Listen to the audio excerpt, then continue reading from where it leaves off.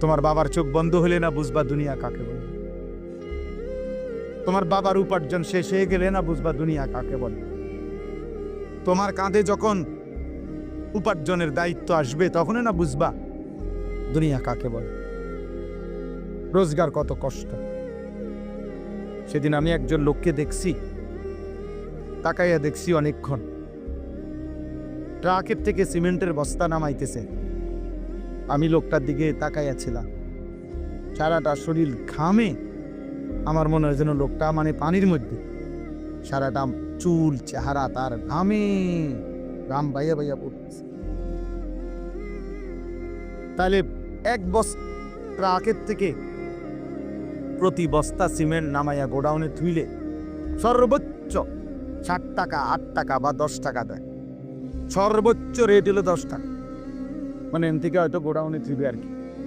তাহলে 50 বস্তা সিমেন্ট যদি এই বেচারা নামায়, তাহলে প্রিয় যুবক ছেলে 50 বার এই লোকটাকে, তোমার বাবাকে হতে পারে 50 বারই উনি কোমরটা বাঁধ। নাহলে কেমনে বস্তাটা লইব? 50 কেজি সিমেন্টের, 50 কেজি সিমেন্টের একটা বস্তা বেচারা কেমনে নিবে? প্রতিবারে তাকে কোমর বাঁকা করতে হয়েছে। প্রত্যেক বস্তা সিমেন্ট হয়তো ফালাইয়া ছোট্ট একটা গামছা হয়তো কোমরে থেকে খুলে আবার ঘাম মুছছে, আবার আরেক বস্তা লেগে গেছে, আর গুনছে কয় বস্তা হইল। বিনিময়ে 500 টাকা, হয়তো 50 বস্তায় 500 টাকা পাইছে, 10 টাকা করে। সেখান থেকে ভাঙ্গাইয়া তোমারে 200 টাকা দিছিল। তুমি বলছো তোমার স্কুলে দিতে হবে, সেই ঘামে ভেজা 200 টাকা। আর তুমি জানো আর সেই 200 টাকায় মোবাইলে ঢুকায়া উলঙ্গ ছবি আর নাচ গান নর্তকী দেখে শেষ করে দিছ। তুমি সন্তান না, বরং তুমি জানো আর।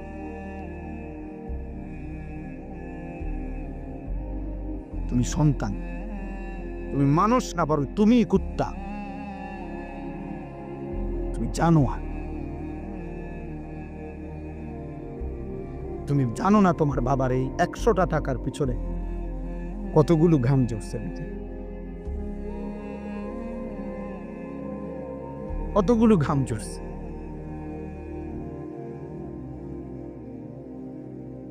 হ্যাঁ, আমার আব্বা ছোটবেলায় আমরা দেখছি সারাদিন স্কুল করে আব্বা যখন আসতেন, প্রাইমারি স্কুলে মাস্টারি করতেন, মসজিদে ইমামতি করে। আমার আব্বার একটা বা দুইটা গেঞ্জি ছিল, গেঞ্জিগুলোর এই পাশে এই পাশে ঘামে ভিজা। তো আমার মনে আছে কোনো সময় গেঞ্জি ধুইতে দিলে আমরা ধুইতাম না, আমি পায়ে ফাটতাম না, মানে ঘামের গন্ধে বাবার গেঞ্জি ভিজা থাকত। সেখান থেকে আব্বা, আমার মনে আছে, মাস শেষে প্রতি 300 টাকা মাদ্রাসায় পাঠাইছে আমার লেগে। একটা পোস্ট কার্ডে তখন মানি অর্ডার করতে হইতো টাকা, তো মানি অর্ডার করলে একটা ছোট্ট পোস্ট কার্ড আসিল, এটার মধ্যে নাম ঠিকানা লিখতে হইতো। নিচে দিয়া একটু জায়গা ছিল, এইখানে নিজস্ব কোনো কথা থাকলে লিখতে হইতো। আব্বা লিখতো, আনিস তোমার জন্য 300 টাকা পাঠাইলাম, বাবা টাকা পাইয়া জানাইও। তো আব্বারে জানাইতাম যে বাবা টাকা পাইছে। এই 300 টাকা গুনে গুনে 2 টাকা ডাইলবাজি, 2টা পরোটা, এমনি আমি গুনে গুনে খাইতাম, হিসাব গুনে গুনে। এই জন্য দোস্ত আমার, বন্ধু আমার, আমি বিষয়টা বললাম। মেহনত, যথাযথ পরিশ্রম মানুষকে দুনিয়াতেও ভালো করে, আখিরাতেও ভালো করে। অনেক নওজোয়ান মাশাআল্লাহ। প্রিয় ভাই, আমি অনুরোধ করি, পরিশ্রমী হও, মেহনতি হও। এমন সুন্দর জীবন, সুস্থতা, এমন সুন্দর যৌবন, এই শুধু শুধু নারী দেখে দেখে না, এটা মিলে যাবে না। এই যে মহিলারে তুমি রাত দিন মোবাইলে দেখো, এগুলো পাইবা তুমি। তোমার একজন বিবি হবে, তোমার একজন স্ত্রী হবে, আর যেটা চাচ্ছ মনে, এটা পূরণ। এই পৃথিবীর লাখ লাখ কোটি কোটি মানুষ স্বামী স্ত্রীর মিলনে এরপরেই এই মানব প্রজন্ম এখানে আসে। আজ এটা তোমারও হবে। এটার জন্য অল্প বয়সে কুত্তার মতো হওয়া, চরিত্রহীন লম্পট, যে রাত দিন নারী দেখে, ছবি দেখে, জিনা ব্যভিচারের দৃশ্য দেখে, এমন নিকৃষ্ট জানোয়ার হওয়ার কোনো দরকার নেই। এটা এমনি মিলল।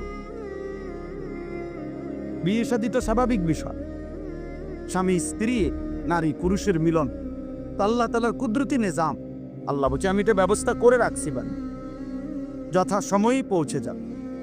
সময়ের আগে এক লোকমা খাবারও পৌঁছায়। আমরা কিতাবে পড়ছি, কিতাবের মধ্যে আছে, আমরা পড়ছি যে হে আল্লাহর বান্দা, তোমার লোকমা যদি, তুমি আসো জমিনে, আর তোমার একটি লোকমা যদি পাহাড়ের উপরেও থাকে, তো নিশ্চিত মনে রেখো, ইয়াকিন, পাহাড়ের উপরের ওই লোকমাটাই তোমার মুখে পৌঁছবে।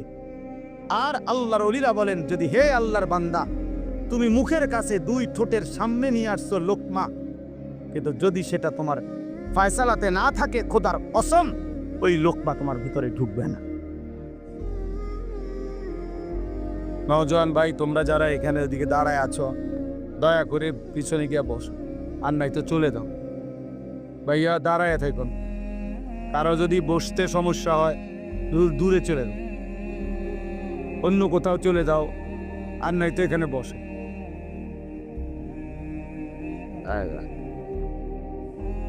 যাও ভাই বসো, এই ছেলেরা বসো, বাবা বসো, যদি তোমরা যাও, সরো দিন, সরো ভাই, বড় কথা শোনো ভাই, বসো। তোমরা দাঁড়ায় আছো, তো বসো। এই ছেলে, শুনতেছো তোমরা? বউ, সবাই বসতে হবে। মাশাআল্লাহ, মাশাআল্লাহ। হ্যাঁ, দুই একজন চলে গেলে কোনো সমস্যা নেই, টেনশন করার কিছু, সবাই শুনতে হবে, এটা জরুরি। এটা তো আপনার নির্বাচনী জনসভা না যে ভোট দরকার, কথা বুঝছেন না তো? কাজে এখানে কোনো সংখ্যা বিষয় না, আল্লাহর কথা বললেই হবে, শুনলেই হবে। একজন শুনলেও সমান গুরুত্ব, 100 জন শুনলেও সমান গুরুত্ব, কোনো অসুবিধা নেই। আল্লাহর কথা বলার ক্ষেত্রে কম বেশি কোনো বিবেচ্য বিষয় না। আল্লাহর কথা বলতে পারা, এটাই মেইন বিষয়। এই ছেলে, এই গেঞ্জি ওরা ছেলে, তোমার তো আরো একবার বললাম, না বসলে তুমি চলে যাও ভাই এর থেকে, তোমার তো অনুমতি দিলাম। বড়রা, তোমরা পিছনে দাঁড়ায় আছো কেন বাবা? একটু চাপায়ে বসো, জায়গা আছে, এখনো অনেক জায়গা আছে। বও বাবা, ভদ্রতার জন্য বসো। হ্যাঁ, নাই তো চলে যাও, মাশাআল্লাহ, কোনো অসুবিধা নেই।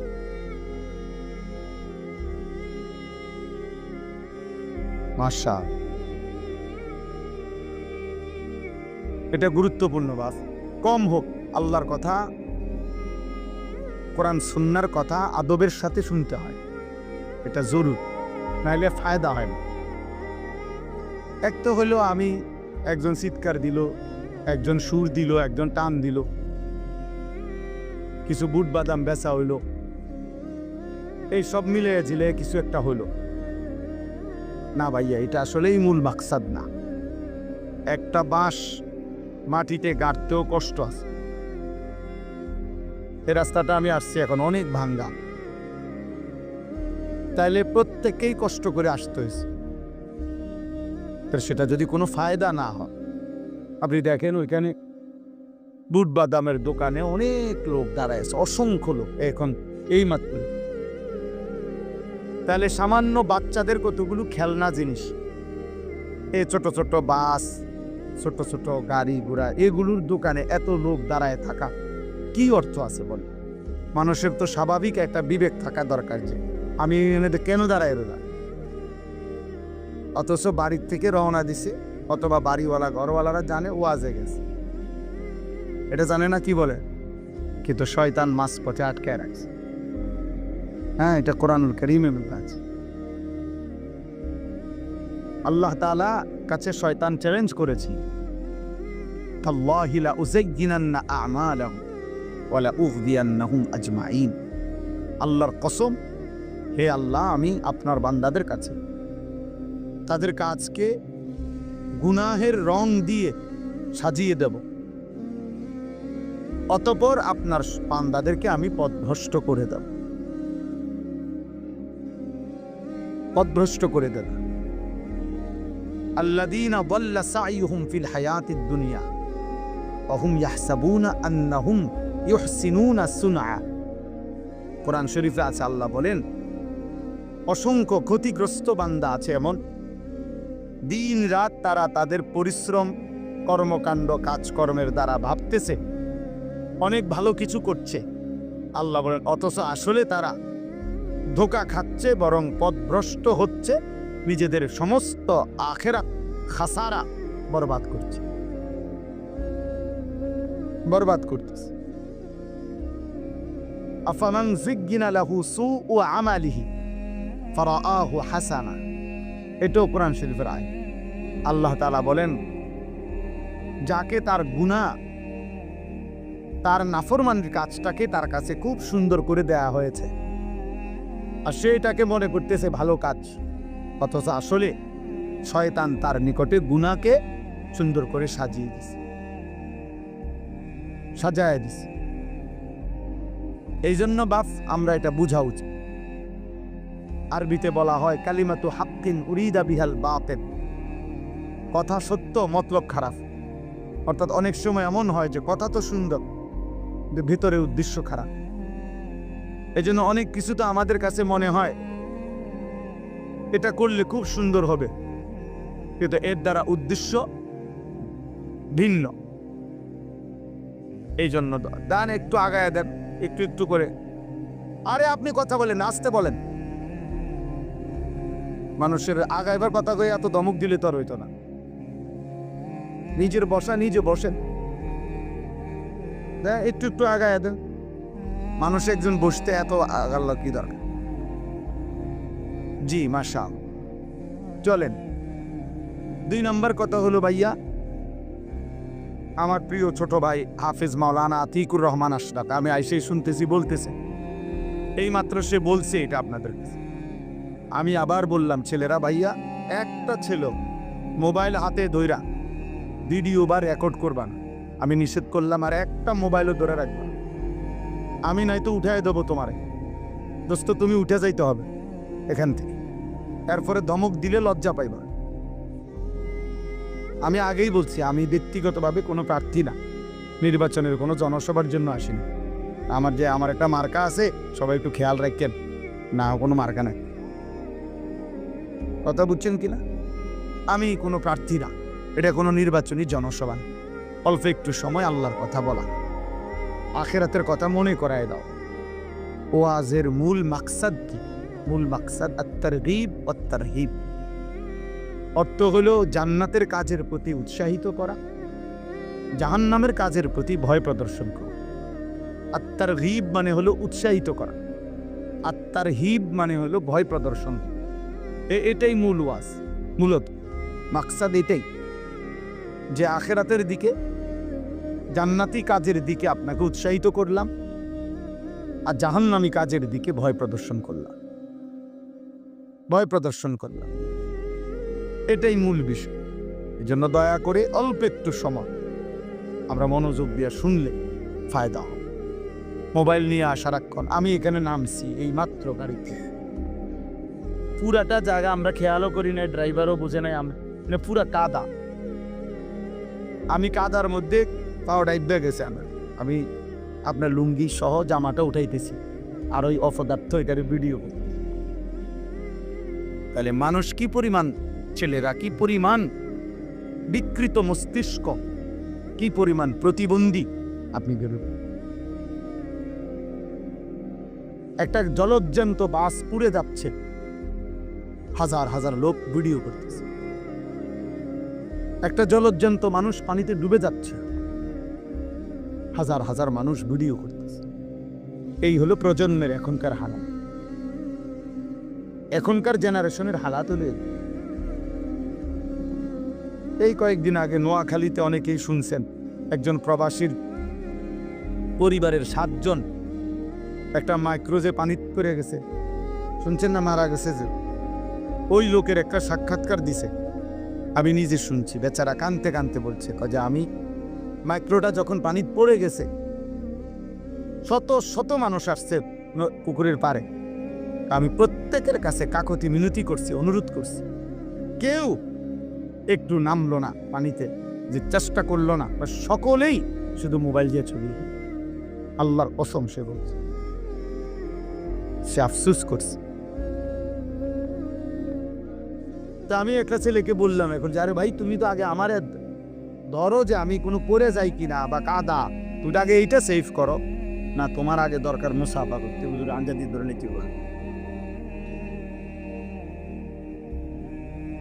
এটা দোস্ত নতুন জেনারেশন, তোমরা বুঝা উচিত ভাই, বুঝা উচিত। একটা মোবাইল যদি জীবনের সবকিছু হয়ে যায় 24 ঘন্টা, এই জীবন সামনে আগাবে না। আখেরাত তো পরের বিষয় ধরলাম, দুনিয়াও বেশি দিন টিকবে, দুনিয়াও বেশি দিন টিকবে।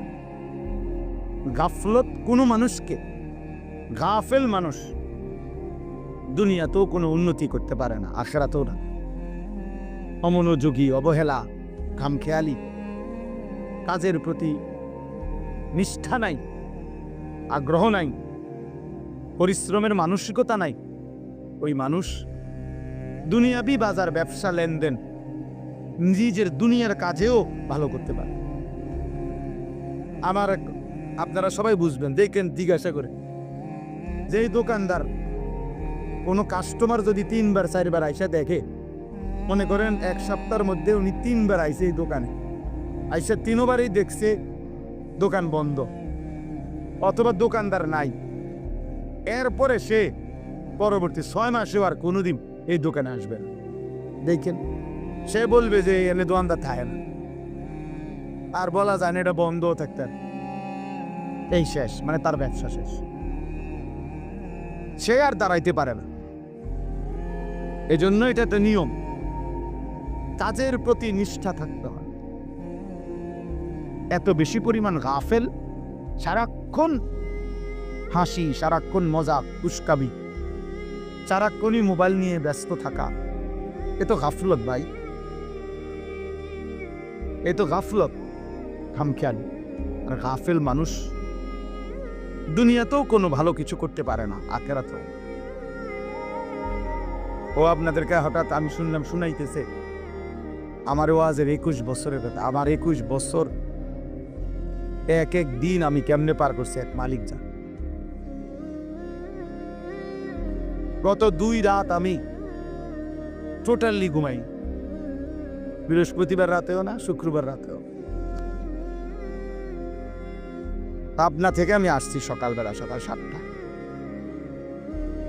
বয়ান করছি 1.5 ঘন্টা, ফেরি পার হইতে লাগছে মোটা 8 ঘন্টা, আটগাঁও। তাইলে এজন্য দোস্ত বুঝাইতে চাচ্ছি, কাজের প্রতি নিষ্ঠা থাকতে হবে, আন্তরিকতা থাকতে হবে।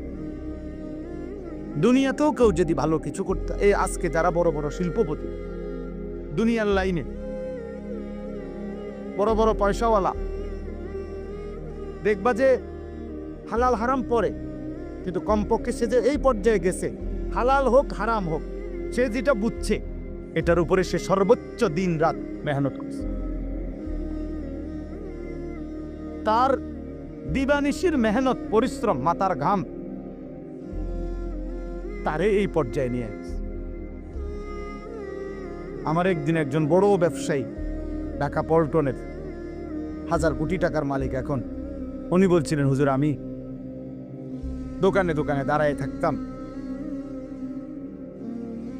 তারা দুপুরবেলা খানা খাইলে দোকানদাররা বাটির কোনা দিয়ে যদি 2 গা ভাত, কুদ্দুর তরকারি বাকি থাকতো, আমার এগুলা দিলে আমি 3-4 দোকানের এই খানা একত্র করে আমি 2 গা ভাত খাইতাম।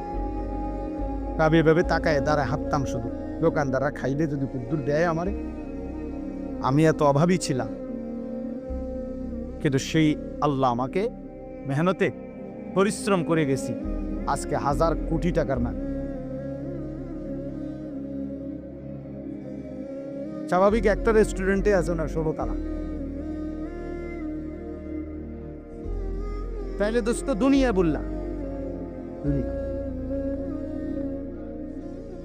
দুনিয়া বাংলাদেশের একজন প্রতিষ্ঠিত ব্যবসায়ী ছিলেন, কিছুদিন আগে মারা গেছে। আমি ইচ্ছা করে নাম বলতেছি না, পত্রিকায় ওনার অনেক বড় লেখা আসছে। উনি বলছেন বাড়ির থেকে 90 টাকা নিয়ে সর্বপ্রথম আমি সায়দাবাদ দিয়েছি, ঢাকা।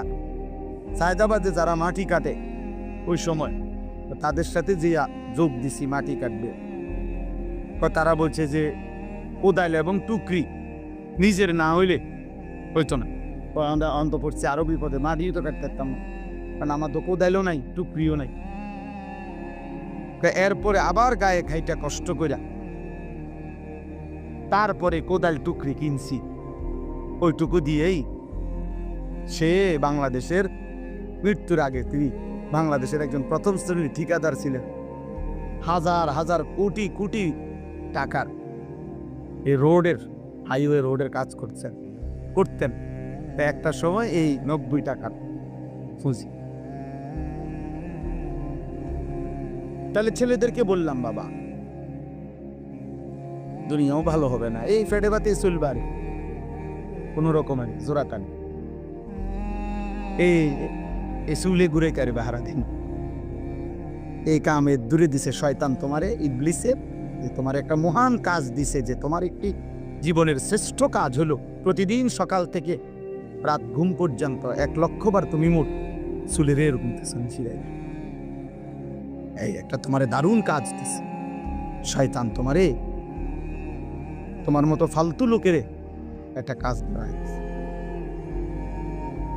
তোমারে একটা দারুণ কাজ দিছে যে তুমি নিজের পয়সা দিয়ে এমবি ঢুকাইবা, আর সারা পৃথিবীর পাগল ছাগল, সুস্থ অসুস্থ, যে যা মোবাইলে দেয় তুমি শুধু টাইনে টেনে দেখবে।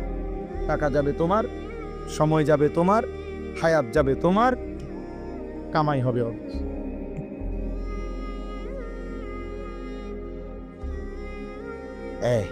তোমারে বুদ্ধি দিয়ে দিচ্ছে যে যেমনে পারো টাকা ব্যবস্থা করবে তুমি বাপের টাকা চুরি করো, নয়তো মায়ের টাকা চুরি করো, নয়তো স্কুলের টিফিনের টাকা বাঁচায় রাখো, নয়তো যেভাবে পারো নারী তোমাকে দেখতেই হবে, উলঙ্গ ছবি তোমাকে দেখতেই হবে, হারাম ছবি তোমাকে দেখতেই হবে, অসৎ বন্ধুদের আড্ডা দিতেই হবে, আড্ডা দিতেই হবে। আল্লাহ আমাদেরকে হেফাজত করেন। এজন্য আমি সবাইকে বললাম, গাফলত অনেক বড় অভিশাপ, মানে খামখেয়ালিয়াত, অবহেলা, জীবনটাকে অনাদরে অবহেলায় নষ্ট করে দাও। বরং বুদ্ধিমান বিবেকবান ব্যক্তি পরিশ্রমী হোক। মানুষকে আল্লাহ তাআলা বলেছেন, লাকাদ খালাকনাল ইনসানা ফি কাবাদ। 3টা কসম করে আল্লাহ বলছে যে আমি মানুষের সৃষ্টির মধ্যে আমি আল্লাহ পরিশ্রম করার, মেহনত করার যোগ্যতা দিয়েই, মানসিকতা দিয়েই আমি সৃষ্টি করছি। ফি কাবাদ অর্থ আমি আল্লাহ তাআলা মানুষকে মেহনত করার মানসিকতা, যোগ্যতা দিয়েই লাকাদ খালাকনাল ইনসানা, আমি মানুষকে সৃষ্টি করেছি। এজন্য সব ছেলেকে বললাম, এই ভূমিকা ছাড়াই কথা শেষ। কথার প্রসঙ্গে প্রথম কথাটা বল, গাফিল না হওয়া ভাইয়া, দুনিয়াও না আখিরাত না। ভালো উপার্জনের জন্য মেহনত করতে হবে, একটু সুখ, একটু সচ্ছলতা, ঘর বাড়ি চলাফেরা, পরিবারের একটু প্রশস্ততার জন্য মেহনত চাই। আপনি ঘুমের থেকে উঠে উঠে জমিদারি করবেন, এ কয়দিন তাফালিন, কয়দিন মোটরসাইকেল নিয়ে মাতবুরি, মোবাইল একটা নিয়ে মাতবুরি, কয়দিন ভাইয়া, কয়দিন? তোমার বাবার চোখ বন্ধ হলে না বুঝবা দুনিয়া কাকে বলে। তোমার বাবার উপার্জন শেষ হয়ে গেলে না বুঝবা দুনিয়া কাকে বলে।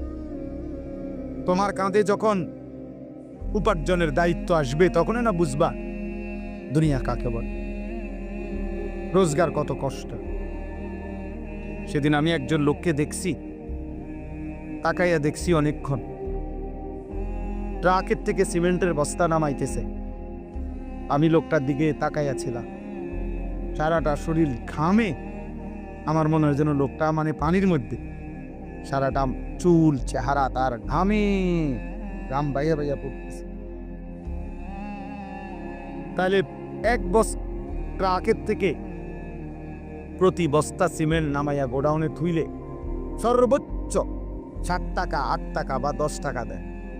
সর্বোচ্চ রেট হলো 10 টাকা, মানে এন থেকে হয়তো গোডাউনে থুইলে আর কি।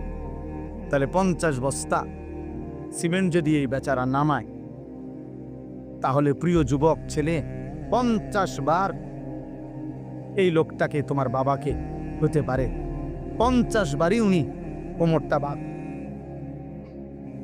নাহলে কেমনে বস্তাটা লইব? 50 কেজি সিমেন্টের, 50 কেজি সিমেন্টের একটা বস্তা বেচারা কেমনে নিবে? প্রতিবারই তাকে কোমর বাঁকা করতে হয়েছে। প্রত্যেক বস্তা সিমেন্ট হয়তো ফালাইয়া ছোট্ট একটা গামছা হয়তো কোমরে থেকে খুলে আবার ঘাম মুচ্ছে, আবার আরেক বস্তা লেগে গেছে, আর গুনছে কয় বস্তা হইল।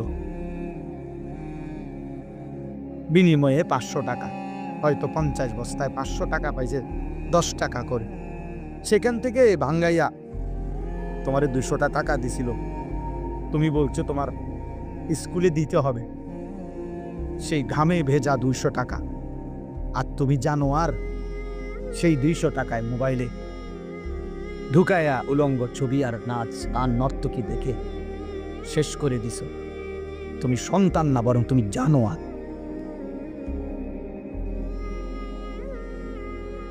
তুমি সন্তান, তুমি মানুষ না, বরং তুমি কুত্তা। তুমি জানো আর, তুমি জানো না তোমার বাবার এই 100টা টাকার পিছনে কতগুলো ঘাম ঝরছে, কতগুলো ঘাম ঝরছে।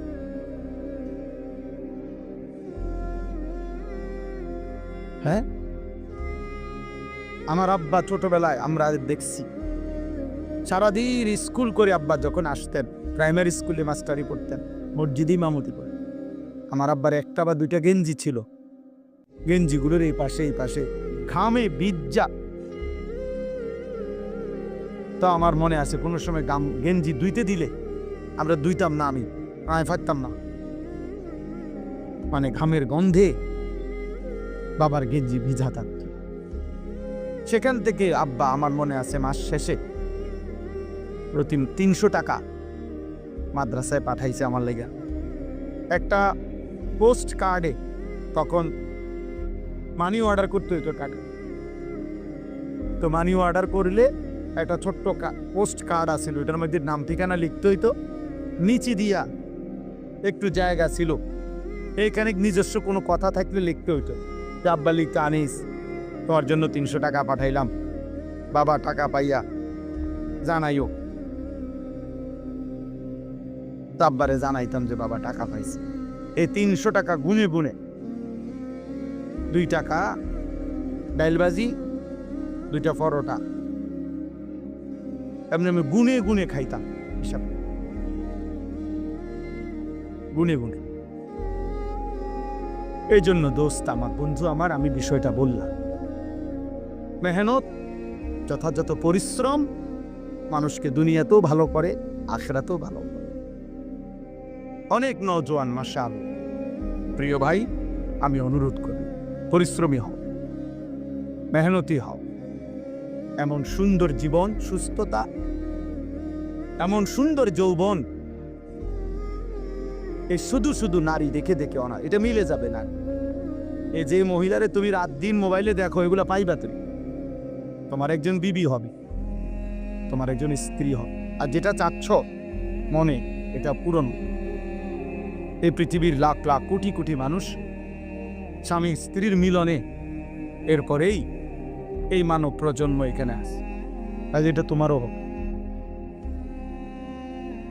এটার জন্য অল্প বয়সে কুত্তার মতো হওয়া চরিত্রহীন লম্পট,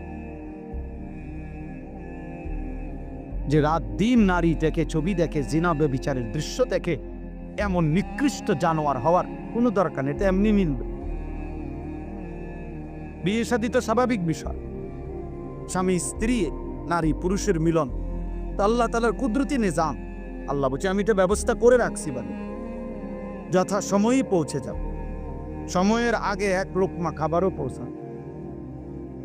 আমরা কিতাবে পড়ছি, কিতাবের মধ্যে আছে, আমরা পড়ছি যে হে আল্লাহর বান্দা, তোমার লোকমা যদি, তুমি আসো জমিনে, আর তোমার একটি লোকমা যদি পাহাড়ের উপরেও থাকে, তো নিশ্চিত মনে রেখো, ইয়াকিন পাহাড়ের উপরের ওই লোকমাটাই তোমার মুখে পৌঁছবে। আর আল্লাহর ওলিরা বলেন, যদি হে আল্লাহর বান্দা, তুমি মুখের কাছে দুই ঠোঁটের সামনে নিয়ে আসছো লোকমা, কিন্তু যদি সেটা তোমার ফয়সালাতে না থাকে, খোদার কসম ওই লোকমা তোমার ভিতরে ঢুকবে না। যেটুকু বরাদ্দ ওইটা যদি পাহাড়েও থাকে, সেখান থেকে নেমে আসবে। যেটা বরাদ্দ নাই, সেটা ঠোঁটের কাছে থাকলেও সেটা কি হবে না, হিলবে। অতএব আমাদের জীবনের এটা বড় বোঝা উচিত। আমি বেশি আফসোস করি যে ছেলেরা, বাবা কেন বুঝতেছে না যে তুমি তোমারে চিনলা না কেন? কমপক্ষে ডানে বামে তাকাইও না, এই সমাজের কারো দিকে তাকাইও না, তাকাও তো একটু যে আমি কি করছি সারাটা দিনে। এটা কি একটা সুস্থ মানুষের কাজ? সারা দিনে আমি বেশি ব্যস্ত ছিলাম, আজকে মাগরিব পর্যন্ত আমার বাচ্চা অসুস্থ ছিল, আর আমি ডাক্তার দেখাইয়া বাসাত রাইখা সুদন্যপুর আমার শায়েখ আরিফ বিল্লাহ আল্লামা মুফতি মুশতাকুন নবী কাসেমি হজরতের মাদ্রাসায় আমি যাইতে হয়েছে মাগরিবের পর। ওইখানে ইসলাহি মাহফিল, সেখানে আমি 20 মিনিট বয়ান করছি। এরপরে এখানে আসছি, আমি বারবার যোগাযোগ হইতেছে যে দেরি হয়ে যাইতেছে, বা আমার আরেকটা মাহফিল আছে, সবই ঠিক আছে, কিন্তু আমি মাঝখানে ঠিকই এরপরেও এলিটগঞ্জ পাম্পে আমরা এশার নামাজ জামাতে পড়ে আসছি।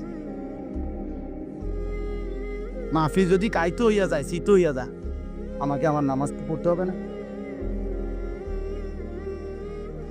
শ্রোতা যদি চলেও যায়, আমাকে আমার নামাজ পড়তে হবে না?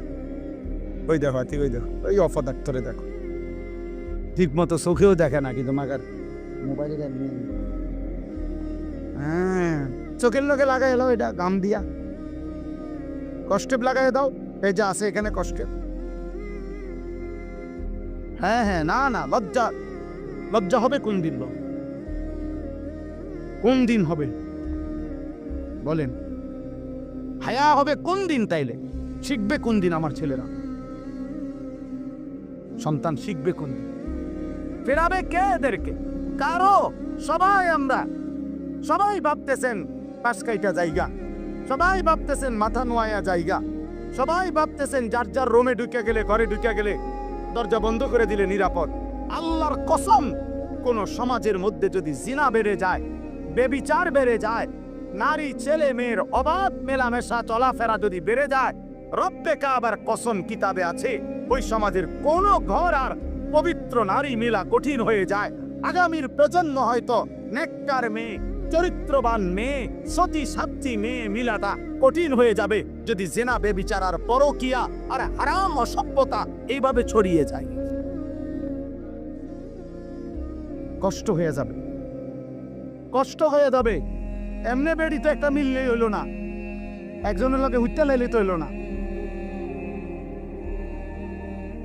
বোঝেন নাই আমার কথাটা? একজনের লাগে শুয়ে লাইলে তো হইল না।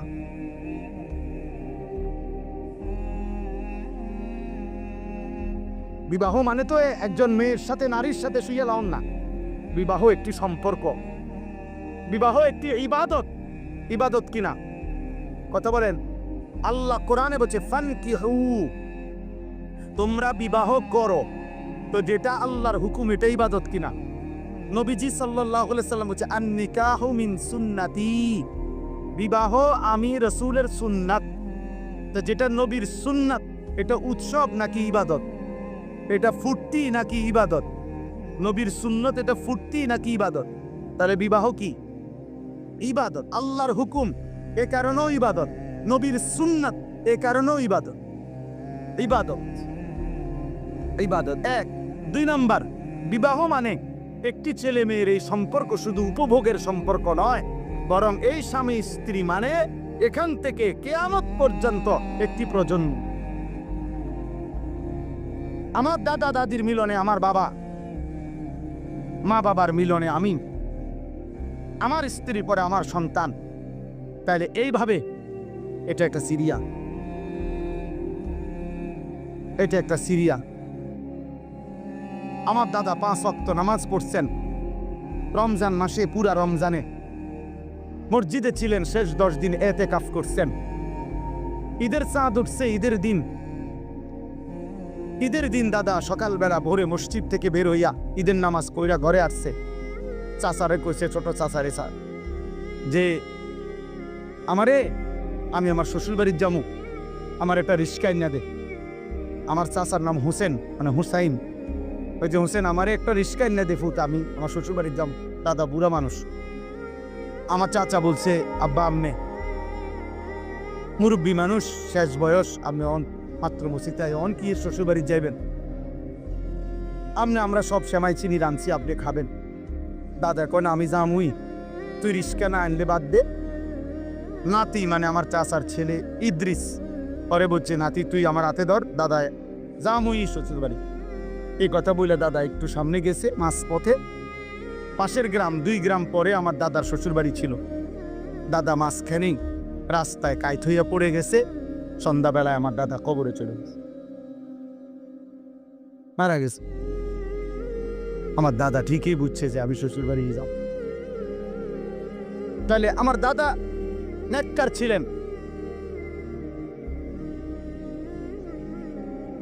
ছিলেন, নিজের হাতে মসজিদ গড়ে গেছে। তাহলে এটা একটা প্রজন্ম, স্বামী স্ত্রীর সুন্দর একটি সম্পর্ক, এদের ঈমান ইসলাম, এদের পাক পবিত্রতা, পর্দা পশিদা, এটা একটা জেনারেশন তৈরি করে। গোবর থেকে দুর্গন্ধই বের হবে, গোলাপ ফুল থেকে সুঘ্রাণই বের হবে।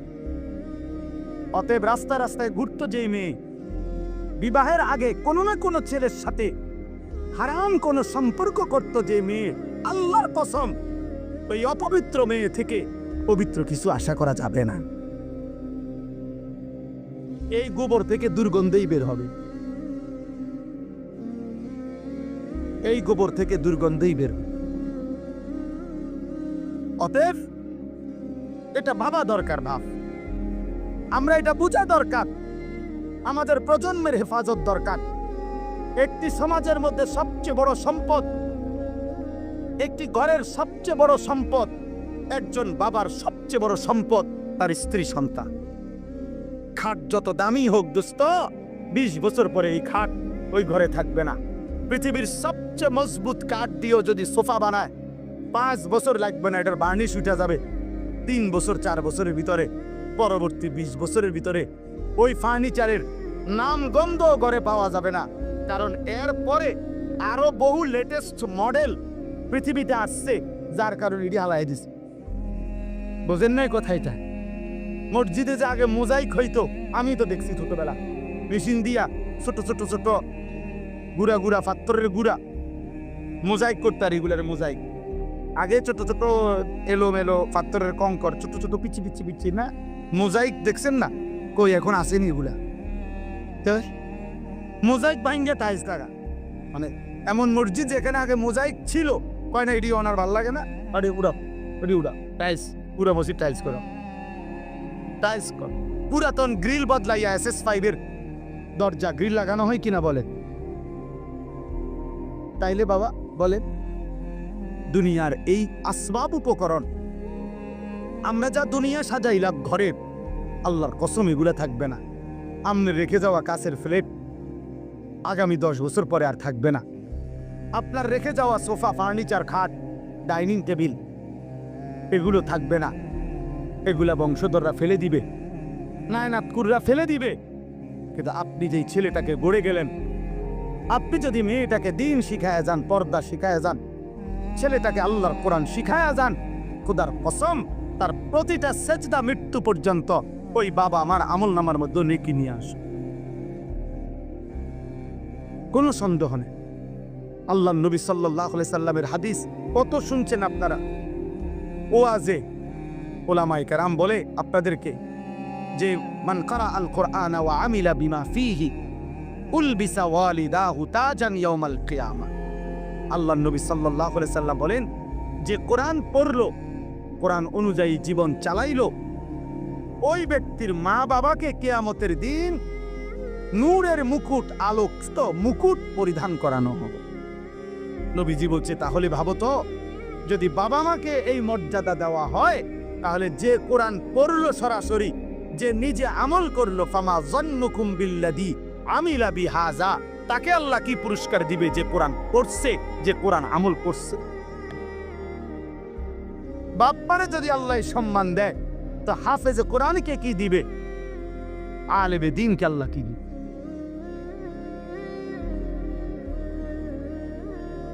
এজন্য প্রিয় ভাই, প্রিয় বাবা, সবাই মিলে গুনাহ ছাড়ে।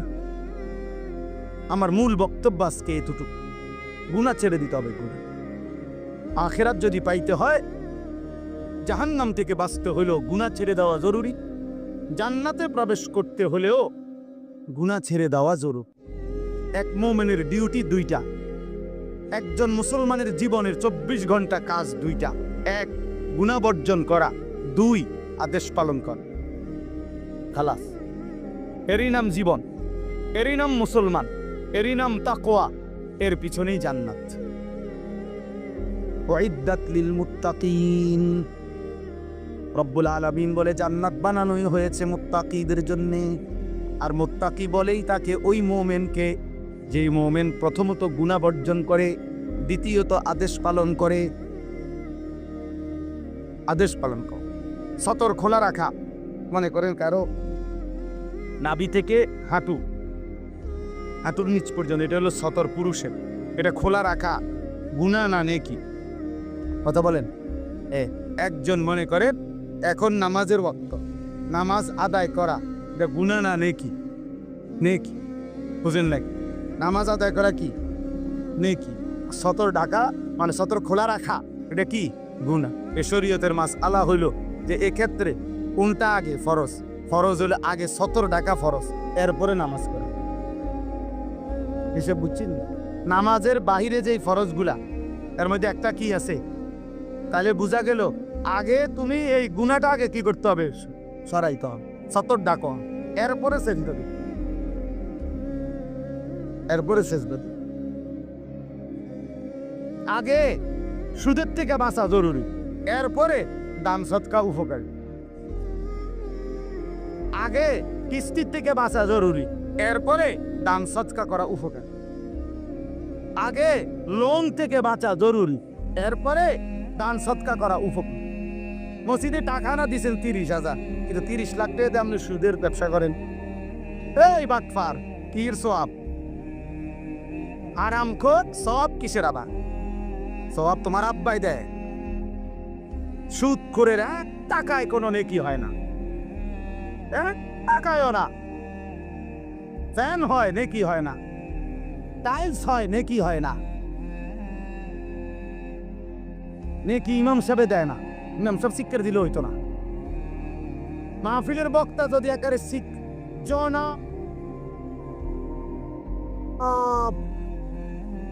অমুকে অমুক 30,000 মার হাবা, হাবারে মার, যা ফারস মার, তারে দেয়া দিল কেন? মার কন্যা।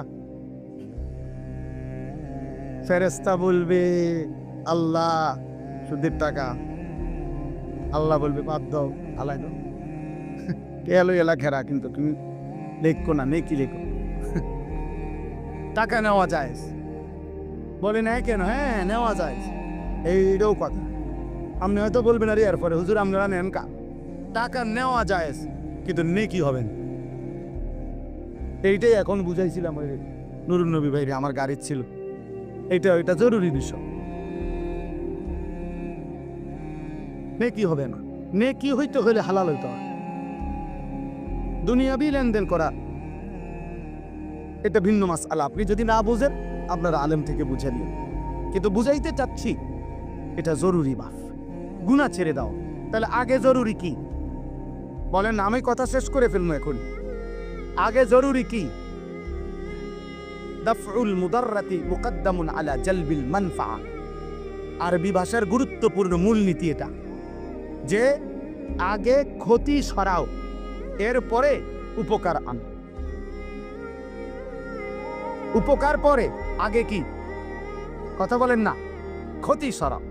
এইটার আচ্ছা, মনে করেন একটা জানালার গ্রিল, এটার মধ্যে রং দিবে, কি দিবে? এই রং দিতে হইলে মনে করেন এটা পুরান হয়ে গেছে, ঝংকার পড়ে গেছে, নিয়ম কি?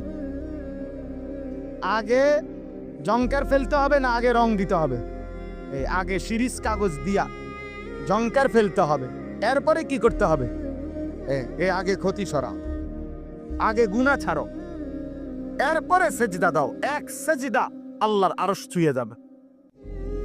একবার জমিন থেকে আল্লাহ ডাক দিবা, রবের আরশ কাঁপাও। শর্ত কি? গুনাহ ছেড়ে, গুনাহ ছেড়ে, গুনাহ ছেড়ে। আরো বাংলা উদাহরণ দেই, আমরা বাঙালি উদাহরণ আছে।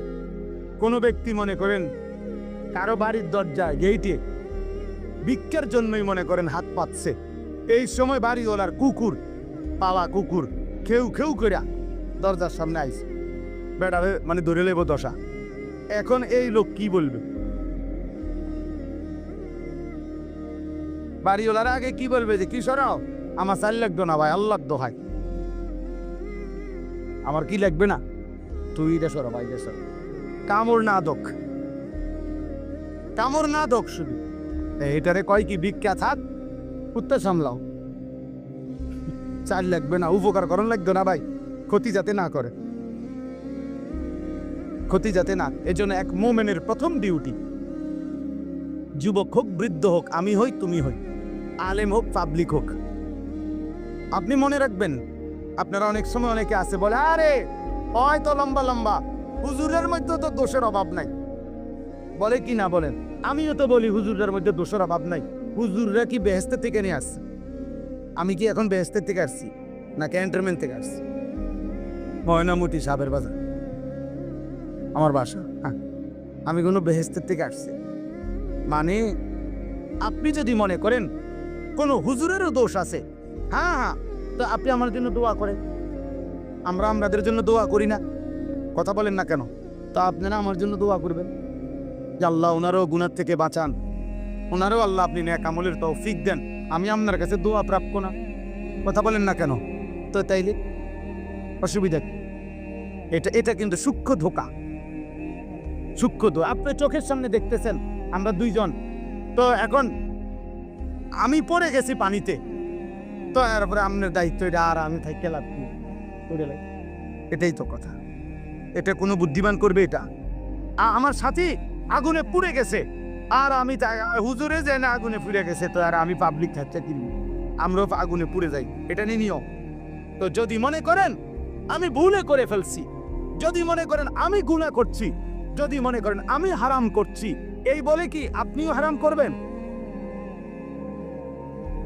এটা জরুরি কথা। গুনাহ ছেড়ে দেন। এই আজকের মূল বক্তব্য এটা, গুনাহ ছেড়ে দেন। এক মোমেন প্রথম কি ছেড়ে দিতে হবে? গুনাহ ছেড়ে। বিষয়টা কঠিন হইল, এটা আমাদের আল্লাহর আদেশ, আর আল্লাহর আদেশের উপরে কঠিন না সহজ, পারতেছি না এত কথা বলার কোনো সুযোগ নাই। আপনার যদি মন নাও চায়, আপনার যদি বিবেকে নাও চায়, আপনার যদি কলজাটা ফাইটাও যায়, তারপরেও আপনি আল্লাহর হুকুমের জন্য গুনাহ ছাড়তেই হবে, ছাড়তেই হবে, ছাড়তেই।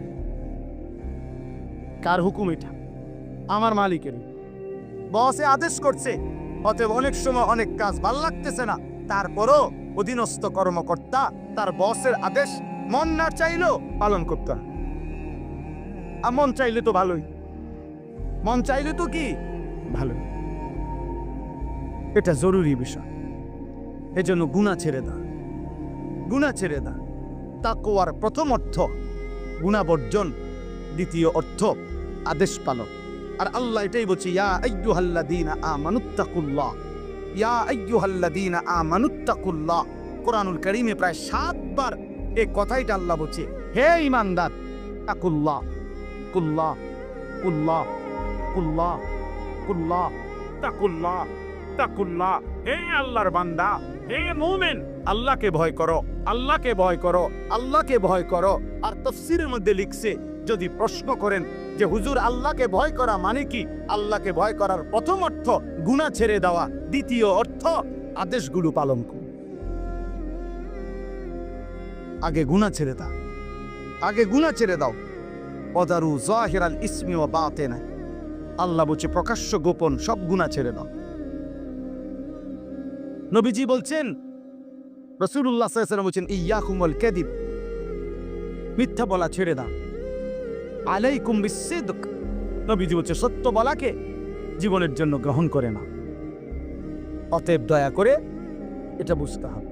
তো এই আয়াতটা এবার আসেন, আমি যেই পড়ছি সূরা নূর 18 নম্বর পারা, কোরআনুল কারীমের 24 নম্বর সূরা 30 নম্বর আয়াত, এই একটি আয়াতের এবার তর্জমা বললে আমার কথা শেষ। আল্লাহ তাআলা এখানে বলছেন, কুল, হে নবী আপনি বলুন, লিল মুমিনিনা, সকল ঈমানদার পুরুষদেরকে, ইয়াগুদ্দু মিন আবসারিহিম ওয়া ইয়াহফাজু ফুরুজাহুম, তারা যেন বাধ্যতামূলক দুইটা কাজ করে। এক, তারা যেন সকলেই তাদের চোখ ভিন নারী, হারাম ছবি, হারাম দৃশ্য থেকে চোখ যেন নিচে নামা। ওয়া ইয়াহফাজু ফুরুজাহুম, এবং সমস্ত ঈমানদার পুরুষদেরকে বলেন তারা যেন তাদের লজ্জাস্থানের হেফাজত করে। কোনো জিনা, কোনো ব্যভিচার, হাতের নাপাক ব্যবহার, কোন রকমের অসভ্যতা, নারী পুরুষ, পুরুষ পুরুষ, যেই কোন রকমের অপকর্ম নিজের লজ্জাস্থান দ্বারা যেন না করে, লজ্জাস্থান যেন হেফাজত করে এবং চোখ যেন নিচে নামে। প্রিয় ভাই, এই প্রথম কথাটা বলার জন্যই আমি এই কথাগুলো বলছি। আজকের সময়ের বিবেকবান যারা, দিন নিয়ে যারা ভাবে, মানুষকে নিয়ে যারা ভাবে, এরকম বিবেকবান বিচক্ষণ বুজুর্গ আল্লাহওয়ালা ওলামায়ে কেরামের মূল বক্তব্য হলো, বর্তমান সময়ে মানুষের সবচেয়ে বেশি যেই গুনাহটি হচ্ছে সেটা হলো এই চোখের গুনাহ। কিসের গুনাহ বলেন? এই চোখের। দিবা নিশি আমাদের মা বোনেরা বেপর্দা রাস্তায় চলছে, নিজেদের ভিন্ন রকমের অঙ্গভঙ্গি, আর এটা পুরুষ প্রতিনিয়ত দেখছে, অথচ এটা হারাম।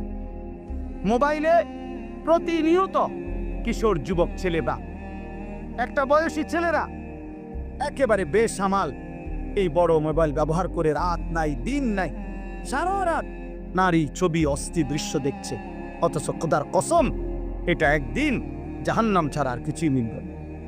আল্লাহ নবী সাল্লাল্লাহু আলাইহি সাল্লাম বলেছেন, যে ব্যক্তি কোনো নারীর সৌন্দর্য হারাম, যেটা তার দেখার অনুমতি নাই, সে দেখলো, খোদার কসম নবী বলছে কিয়ামতের দিন তার দুই চোখে সীসা জাহান্নামের আগুনে গলাইয়া এরপরে সীসা ঢেলে দেওয়া, সীসা ঢেলে দেওয়া, সীসা ঢেলে দেওয়া। অতএব আপনাদের কাছে অনুরোধ করছি, এই ছোট্ট কথাটা আল্লাহ তাআলা আমাদেরকে বলছেন, ইয়াগুদ্দু মিন আবসারিহিম, চোখ নামাও, চোখ।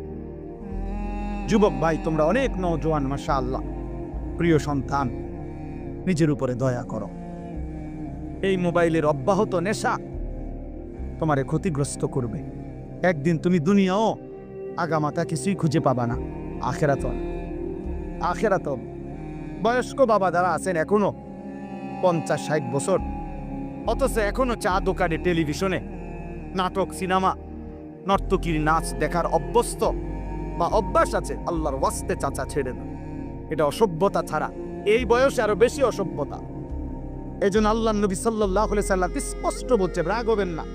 নবীজি বলছেন, আল্লাহ নবী সাল্লাল্লাহু আলাইহি সাল্লাম বলছেন, হাসরের দিন আল্লাহ তাআলা ওই বান্দার দিকে তাকাবেন না, আল্লাহ তাআলা তাকে পবিত্র করবেন না, আল্লাহ তাআলা তাকে জাহান্নাম থেকে বাঁচাবেন না। এই কথা বলতে গিয়ে 1 নম্বরে যার কথা বলছে, নবীজি বলছেন যে আশ-শাইখুজ জানি যে বুড়া ব্যভিচারী, খোদার কসম, বয়স বেশি, বয়স হয়ে গেছে, অথচ এখনো জেনাকার ব্যভিচারী। আর চোখ দিয়ে ভিন নারী দেখলে এটাও জিনা, হাত দিয়ে ছুঁয়ে দিলে এটাও জিনা, কান দিয়ে শুনলে ভিন নারীর কথা, হারাম কথা, এটাও জিনা, অন্তর দিয়ে কল্পনা করলে এটাও জিনা, লজ্জাস্থান দিয়ে জিনা করলে এটাও জিনা। নবীজি বলছেন। অতএব আল্লাহ নবী সাল্লাল্লাহু আলাইহি সাল্লাম বলছেন, বয়স্ক হওয়ার পরও যে জিনার অভ্যাস, হারাম নারী দেখার অভ্যাস, বাস্তবে হোক আর মোবাইলে হোক আর টেলিভিশনে হোক আর সাদোয়ানে হোক, এই বদ অভ্যাস যে ছাড়ে নাই, আল্লাহ তাআলা তার দিকে কিয়ামতের দিন তাকাবেন না, আল্লাহ তাকে পবিত্র করবে না, আল্লাহ তাকে জাহান্নাম থেকে বাঁচাবে। অতএব দয়া করে জওয়ান কিংবা বৃদ্ধ এবং নারীরা যারা, পরের আয়াতে আল্লাহ বলছেন, ওয়াকুল্লিল মুমিনাত ইয়াগদুদনা মিন আবসারিহিন্না ওয়া ইয়াহফাজনা ফুরুজাহুন্না। আল্লাহ বলছে মুমিন মহিলাদেরকেও বলেন তারা যেন ভিন পুরুষ থেকে তাদের চোখ নামিয়ে রাখে এবং তারাও যেন তাদের লজ্জাস্থান হেফাজত করে। অতএব চোখ হেফাজত করা, হারাম দৃশ্য, হারাম ছবি, অশ্লীল নাচ গান, হারাম নারীর দিকে তাকানো যত মন চাইবা, যদি কলিজা ছিঁড়েও যায়, যদি কলিজা ছিঁড়েও যায়, হাজার লক্ষবারও যদি মন চায়, প্রিয় যুবক আমার, নওজোয়ান সাথী আমার, প্রিয় ভাই আমার, বন্ধু আমার, মুসলমানের সন্তান, তুমি ফিরে আসো। আমি এক বন্ধু অনুরোধ করলাম, এতে করে লাভ কি হবে? যালিকা আজকা লাহুম। কোরআনের এই আয়াতে আল্লাহ বলেন, যদি কেউ এই দুইটি কাজ করে, এক চোখ হেফাজত করে, দুই লজ্জাস্থান হেফাজত করে, আল্লাহ বলেন আমি ওয়াদা দিলাম, আমি তার অন্তর 100 100% আমি তার দিল পবিত্র করে দেব, 100% পবিত্র। ইন্নাল্লাহা খাবীরুম বিমা ইয়াসতাউন।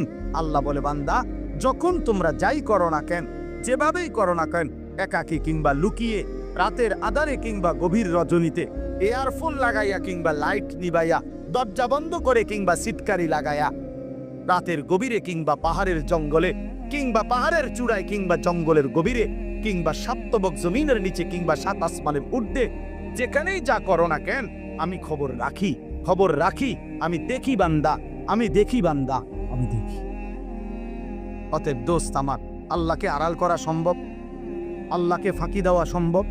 আল্লাহ তাআলার দৃষ্টির আড়ালে যাওয়া সম্ভব না। অতএব এতটুকুই সবক, আমরা যদি ইমানদার হই, আমরা যদি মুমিন হই, তাহলে আমাদের নারী, আমাদের পুরুষ, আমাদের কিশোর, আমাদের যুবক, আমাদের মা, আমাদের বোন, আমাদের স্ত্রী, আমি হুজুর, আপনি পাবলিক, আমরা সবার দায়িত্ব চোখ হেফাজত। কি হেফাজত করা? কারণ চোখ হারাম নারী দেখা গুনাহ কিনা? বল।